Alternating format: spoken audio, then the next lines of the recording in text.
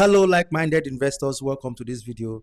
Join me for a day in my life as a real estate investor, as a land banker. So when I talk to you about land banking, it's not something that I just say because I have to say it, or because I need to get your money, or because I need you to come and invest in a property. I say it because I do it.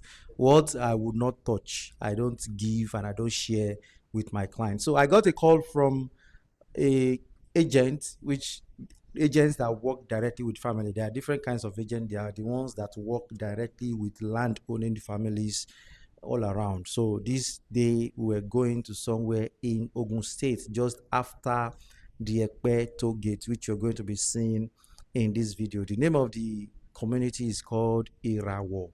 So we are going to Irawo today to check a land that I have been asked to come and invest in, and I'll show you how all these things get done.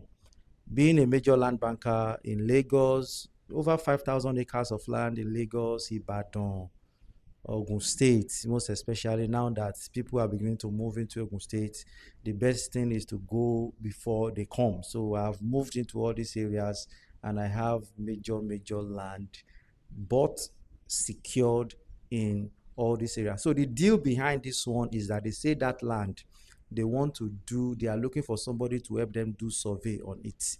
So I want to go and check it.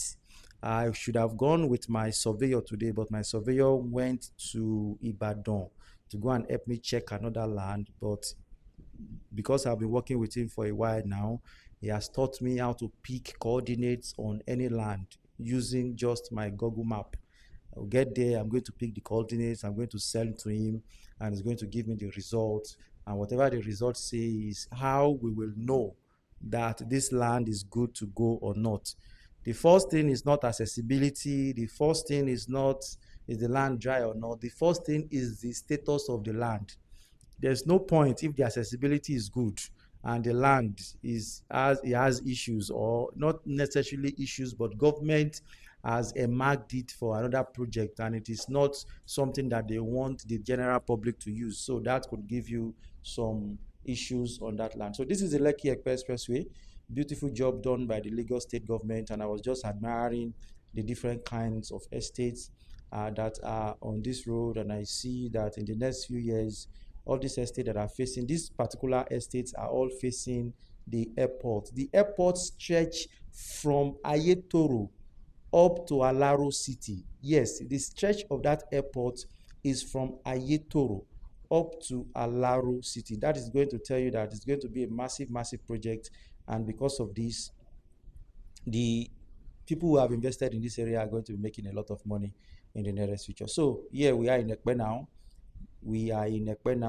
And this is the bypass of the road to Ekpe. If you are going, if you want to connect the Benin to Chagamo Benin Expressway, this is Poka in Ekpe, and we just drive. So when you go down this road, you are going to the toll gate, the Ogun State toll gate, the one that shares border between Lagos State and Ogun State. Now that toll gate is opened and they are charging 1,000 naira for entry and exit, and I made my mind known to the person that is sitting at that thing that this 1,000 naira is too much. Is it until we protest and we come and close down this place again that you guys will know that 1,000 naira is too much for an interstate toll gate?